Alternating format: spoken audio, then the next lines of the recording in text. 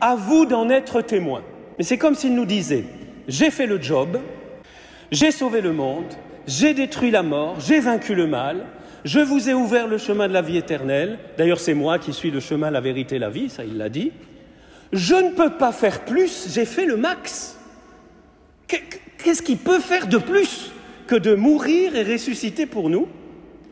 Et Jésus continue en nous disant, maintenant, c'est à vous. L'Église, c'est-à-dire vous et moi, chaque baptisé est appelé à prendre maintenant cette mission et à répandre la bonne nouvelle. C'est notre mission, elle est capitale. Mais la question que je nous pose ce matin, serons-nous des lâches qui se débinent? Ou répondrons-nous présents à cette mission que Jésus nous donne explicitement au moment même où il retourne au Père? Les amis, la question du jour n'est pas de savoir si nous sommes capables d'une telle mission. Je vous rassure tout de suite, nous sommes incapables. La question est, répondrons-nous présents? Répondrons-nous à Jésus, je le veux? Pas seulement pour quelques années, mais jusqu'au bout. Jésus peut-il compter sur moi pour cette mission qu'il me confie? Peut-il compter sur moi dans la durée? Peut-il compter sur moi jusqu'au bout?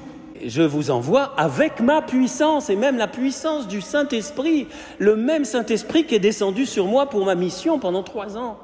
Ce même Saint-Esprit, je vous le donne, il vient, il vous donne tout ce qu'il faut, il vous équipe. Alors c'est vrai, c'est difficile, c'est vrai, et je pense de plus en plus que souvent on ne répond pas assez présent, moi le premier, parce qu'on a un peu peur de ce que le Seigneur va nous demander.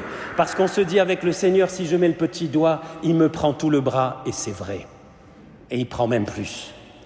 Mais ça vaut le coup d'être pris par le Seigneur parce que c'est une joie de travailler pour lui. Que nous ne le sentions ou pas, c'est une joie d'être dans sa vigne. C'est vraiment une joie en crescendo que d'être les témoins du Seigneur.